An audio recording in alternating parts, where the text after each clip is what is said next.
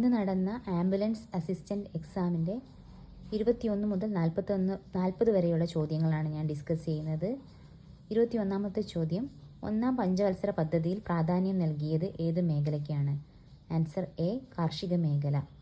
22, ഇന്ത്യയുടെ വിദേശ നയത്തിൻ്റെ ശില്പി ആര്? Answer C, Jawaharlal Nehru. 23, reserve bank of ഇന്ത്യയുടെ ഗവർണർ ആയി ഇപ്പോൾ സേവനം അനുഷ്ഠിക്കുന്നത് ആര്? Answer D, Shaktikanta Das. 24, ദേശീയ മനുഷ്യാവകാശ കമ്മീഷന്റെ അധ്യക്ഷൻ ആരാണ്? Answer A, Arun Kumar Mishra.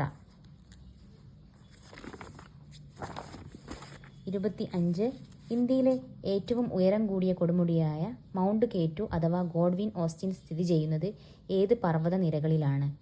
Answer D, Karakoram. 26, ധാതുക്കളുടെ കലവറ എന്ന് വിളിക്കുന്ന ഭൂപ്രകൃതി വിഭാഗം ഏതാണ്? ഉപദ്വീപീയ പീഠഭൂമി.